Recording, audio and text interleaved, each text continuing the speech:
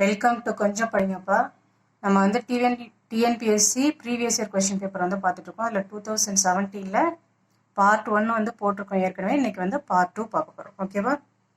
ஒரு முக்கோணத்தின் அடிப்பக்கம் உயரத்தின் 4 மடங்குக்கு சமம் மற்றும் அதன் பரப்பளவு 50 மீட்டர் ஸ்கொயர் எனில் அடிப்பக்க அளவு எவ்வளோ அப்படின்னு கேட்குறாங்க. ஓகேவா? இப்போ அடிப்பக்கங்கிறது பிரெத்து. ஓகேவா? இப்படி இருக்குன்னா இதுதான் பி. ஓகேவா? இது கொடுத்துட்டாங்க. ஹைட்டு வந்து என்ன சொல்லியிருக்காங்க, ஒரு முக்கோணத்தின் அடிப்பக்கம் உயரத்தின் 4 மடங்குக்கு சமம் சொல்லியிருக்காங்க.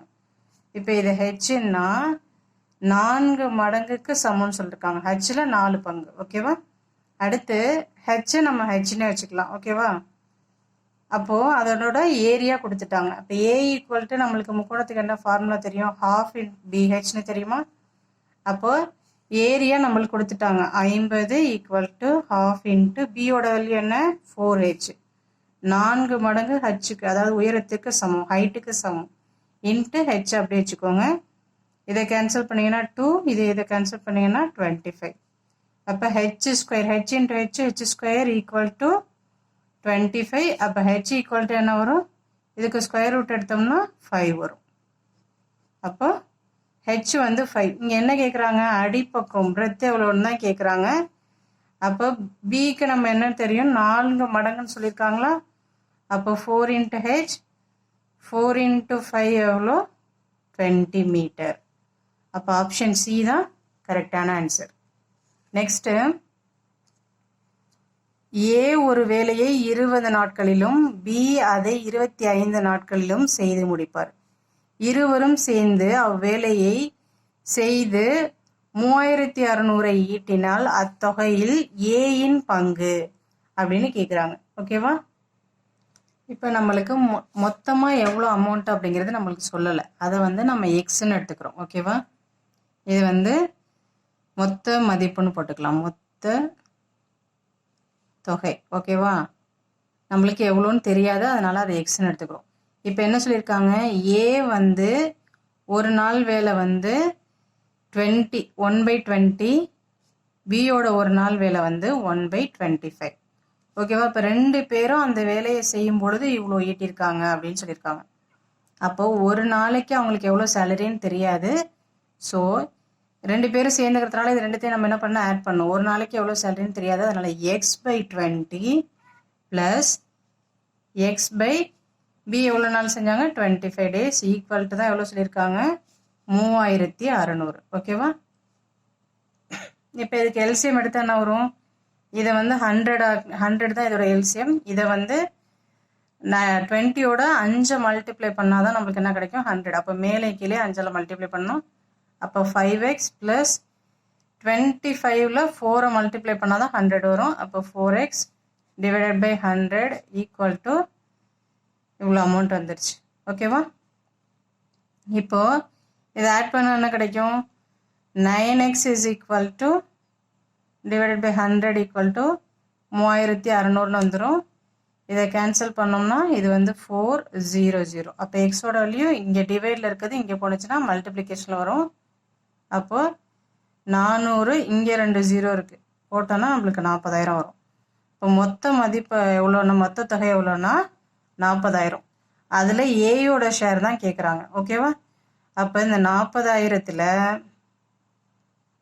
நம்ம வந்து எத்தனை நாள் ஏ வேலை பார்த்துருக்காரு, 20 நாள் வேலை பார்த்துருக்காரு. சரியா? அப்போ இதை கேன்சல் பண்ணோன்னா என்ன கிடைக்கும் நம்மளுக்கு, 2, இந்த 0 அப்படி போட்டுக்குங்க. அப்போ ஏயோட வேல்யூ எவ்வளோ, 2000. அப்போ ஆப்ஷன் பி தான் கரெக்டான ஆன்சர். ஓகேவா?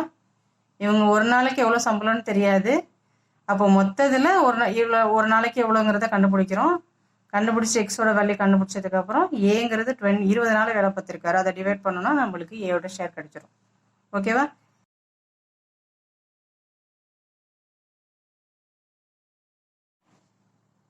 இப்போது இந்த இதை பார்த்தீங்கன்னா இது எல்லாமே சேமாக இருக்குது. அப்போ அதோட பவர் என்ன பண்ணிக்கலாம், நம்ம 3x minus 4x is equal to 5. ஓகேவா? 3x இது மைனஸில் இருக்கிறதுனால இந்த சைடு வச்சுக்கிறேன், ஈக்குவல் டு 5. அப்போது 3x is equal to, இது இந்த சைடு போனுச்சுன்னா என்ன ஆகும், ப்ளஸ்ஸாக மாறும். அப்போ 4 + 5 எவ்வளோ, 9 வந்துடும். அப்போ எக்ஸ் ஈக்குவல் டு 9 இது மல்டிப்ளிகேஷனில் இருக்கிறதுனால இந்த சைடு போனால் டிவைட் ஆகும். இப்போ x equal to 3. Option D தான் கரெக்டான ஆன்சர். ஓகேவா?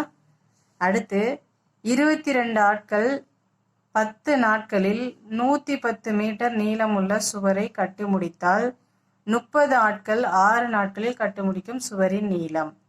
இப்போ இதுக்கு ஃபார்முலா என்னன்னா எவ்வளோ பேருங்கிறதுக்கு M1 எவ்வளோ நாளுக்கு D1. ஆனால் இந்த நீளம் இருக்கு பாருங்க, அதுக்கு W2 போட்டுக்குங்க. ஓகேவா? இங்கே உள்ளதை இங்கே போடணும். Okay, equal to M2 D2 W1 போட்டுக்கணும். இப்போ எத்தனை பேர் வேலை செஞ்சுருக்காங்க? 22 இன்ட்டு எவ்வளோ நாளில் பண்ணியிருக்காங்க? 10. இந்த W2 தான் கேட்குறாங்க, அதனால நம்ம அதை W2னே வச்சுக்குவோம். அதாவது இந்த நீளம். ஓகேவா? எவ்வளோ வேலை செஞ்சுருக்காங்கங்கிறது அதை W2 அப்படி வச்சுக்கோங்க, ஒர்க்கு. ஓகேவா? அடுத்து இங்கே எத்தனை பேர் வேலை செஞ்சாங்க? 30. எவ்வளோ நாள் செஞ்சாங்க? 6.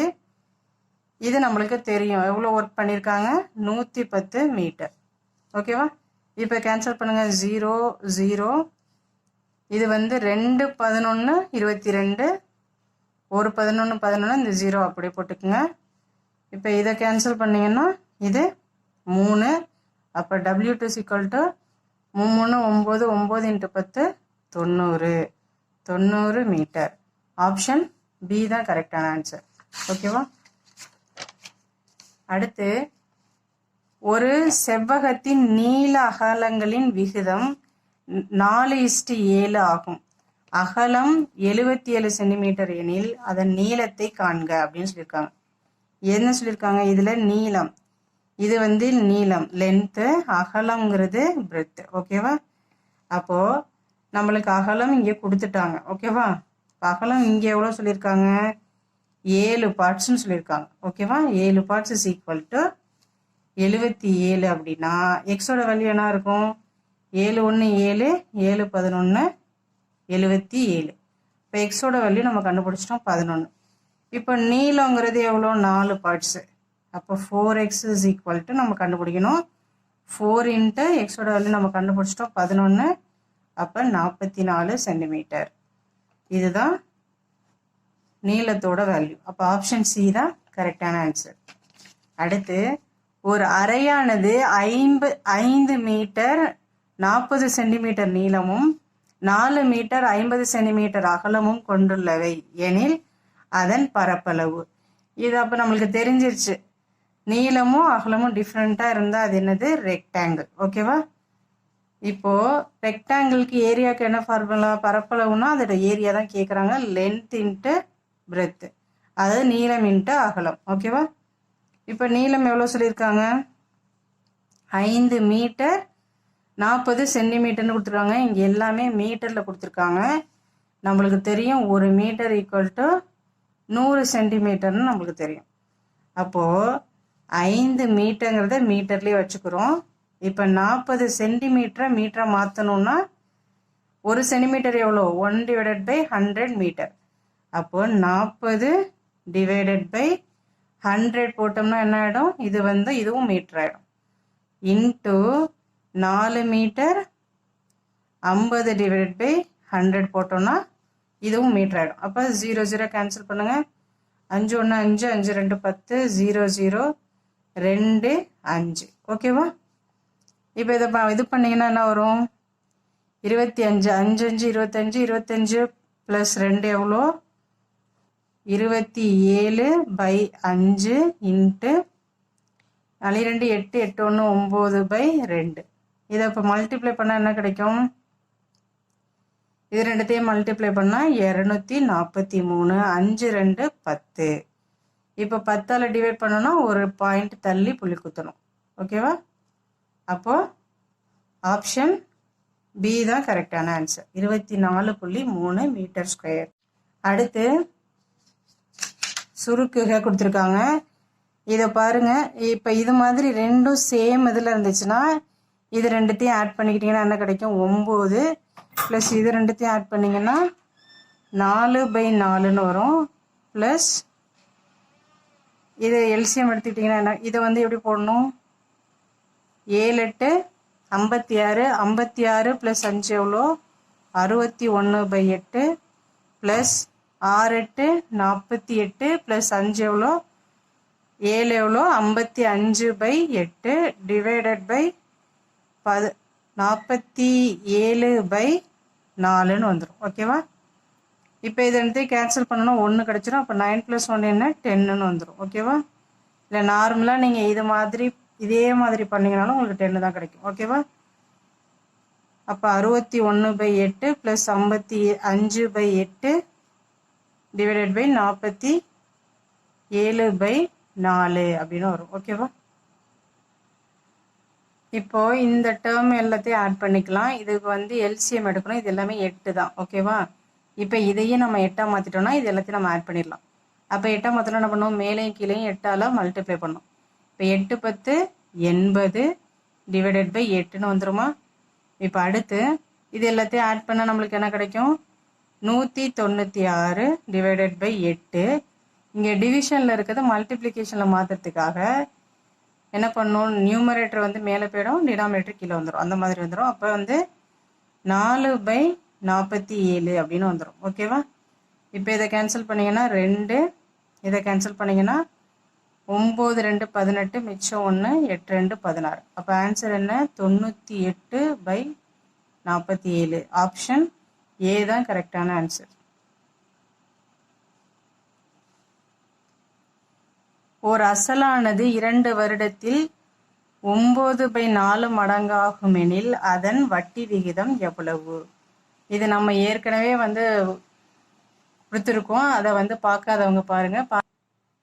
இதோட ஆன்சர் என்னன்னு கமெண்ட் பண்ணுங்க. இது வந்து 2019ல் பார்ட் 2ல வந்து போட்டிருக்கோம். ஓகேவா? 3rd ப்ராப்ளமாக போட்டிருக்கோம். இதே டைப்பில் அதே மாதிரி போட்டுட்டு இதோட ஆன்சர் என்னன்னு கமெண்ட் பண்ணுங்க. ஓகேவா?